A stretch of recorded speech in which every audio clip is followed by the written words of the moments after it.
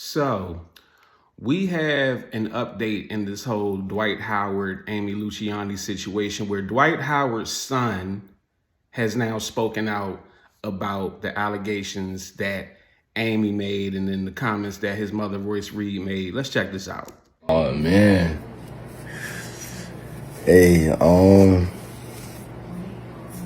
dang. But my mama crazy. My side of the family crazy. I'm crazy. My sister crazy. My brother crazy. You feel me? But hey, you know what I'm saying? I hope, you getting the help you need, but I told y'all, man. My mama did too, especially. But it gets to a point, you gotta learn to deal with certain things as you get older, bro. But, hey, man, that's something right there I will never do. But you got it, bro. I've been known. Yeah, so I guess everybody's speaking in parables because I don't know what to do with any of that information. He reminded me of a little girl that the mama left in the bathroom and said, you could say a cuss word, and she was just sitting there saying, shit, the fuck? God damn. Like she ain't know what to say.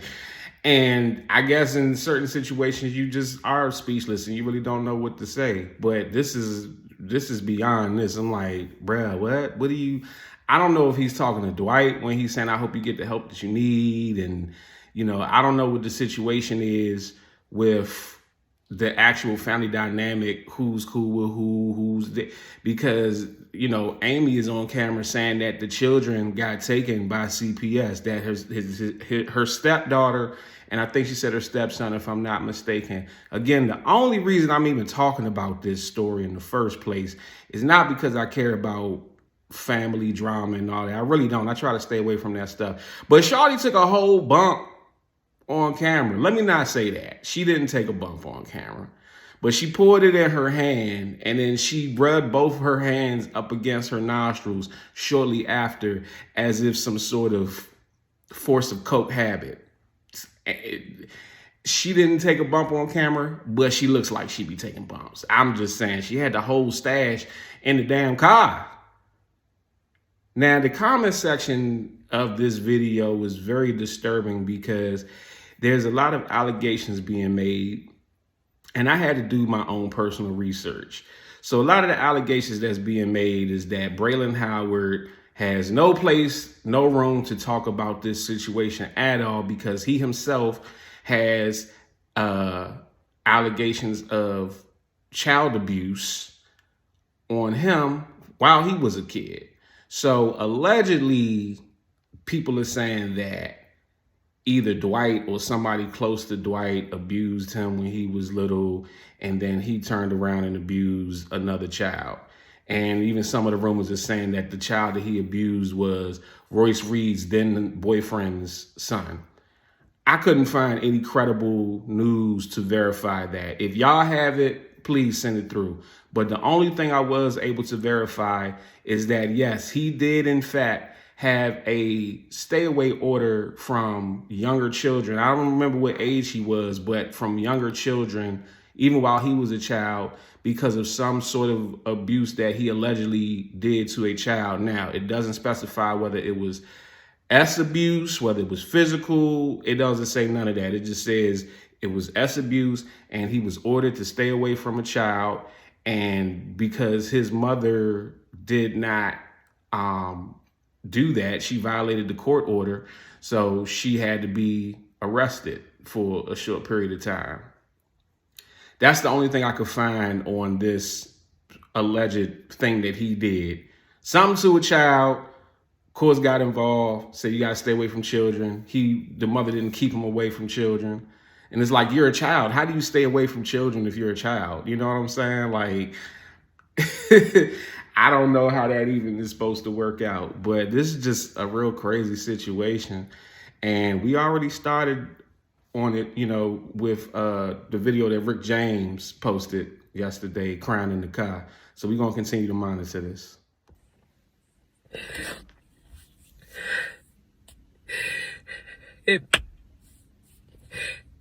to know me, you know I am so prideful and so private. It hurt me so bad to have to even protect myself in this type of way. But my marriage has landed me in a very dangerous position. My stepdaughter was just taken by CPS because of her father. CPS and the police have been here 3 times in less than 3 months, and I stood in it with my husband, even though I was scared for my own self. Whatever he wanted me to say, whatever it was, I'm thinking this is my husband. I had everybody around me saying, even after I tried to divorce him the first time, everybody around me says, you can't leave your husband this soon. You said through sickness, through health, through this, you said through good or bad. That's why I came back, but this is going way too far. But it's not even about me, it's about the kids. The stuff that I have to go through with the kids, I have to be witnesses to. I'm in the police at the house. They ask me questions. I don't know how do I lie for my husband. I've never been married before. I am in love with my husband. I don't want him to get in trouble, so of course I'll be his alibi, but this is going way too far. And now I'm getting mixed all in this. I have been with this man for 14 months. I cannot ruin my entire life for something that this person is doing. I just cannot do it. I tried to get so much help. I asked for counseling in our marriage. We went through 2 different counselors. When I say I love my husband, I don't want to leave my husband. But the positions he keeps putting me in, and it's all over nothing. I keep telling people he needs some help, y'all. I live with him. This is not him. This is not Dwight. This is trauma. This is everything he's been through, but just not the kids. I have to advocate for the kids. And I can't go down for what he's doing. So they took our daughter. And I'm just sitting there like, do I speak up? Do I be quiet? What do I do? But I caught this man. I caught this man forcing our 12-year-old son to cover for him, his son, to cover for him. He had him lying. I recorded it. He was coaching our son to lie on me, and I had to record it. And it's this shit. I try to tell everybody he needs some help, and ain't nobody wanna fucking listen because he got the money. I kept saying, whatever, y'all don't understand. I live with him. He needs some help. And this is it. This is what I'm fucking losing my fucking marriage to. This shit right here. I told everybody, y'all gotta help him. He is spiraling. I'm in here with him. I'm trying to love him through it. I was gonna run out the door. I was gonna leave him. But everybody told me, don't leave him. He's struggling. I stayed, but not this year. We got the police involved. CPS, you lying on me. You making up alibis. You got our son, my stepson, lying. And thank God I recorded it.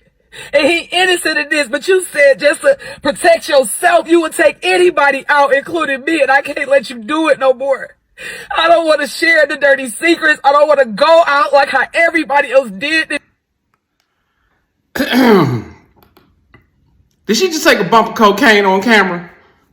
Are we watching the same thing? Because I swore she just took a bump. She poured that shit in her hand, and then she rubbed her nose with the pouring hand that was holding the device.